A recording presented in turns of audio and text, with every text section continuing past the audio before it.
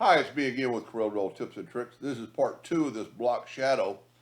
I'm almost certain that block shadow started in 2018 or Corel X8. So if you don't have block shadow and you watch the first video and you want to go, how can I have it without doing that? So if you watched the first one, you figured out or you saw how to draw this arrow.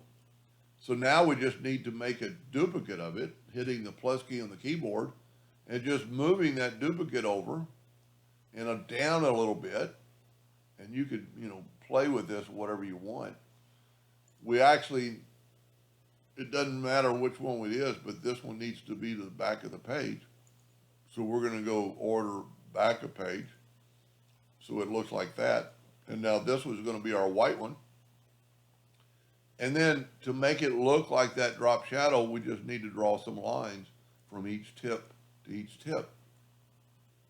And then I'm going to take the virtual segment delete key and delete that line. What that did is that opened that up to fill in with black. Now, we don't really have to do that line because that'll just fill in. But if we take our 2-point line and go from there to there, we do need to delete that line. And then we'll take the 2-point line and go from there to there and delete that line. Then take your Smart Fill tool and fill that in. And voila, you have the same process that you had with the block shadow tool.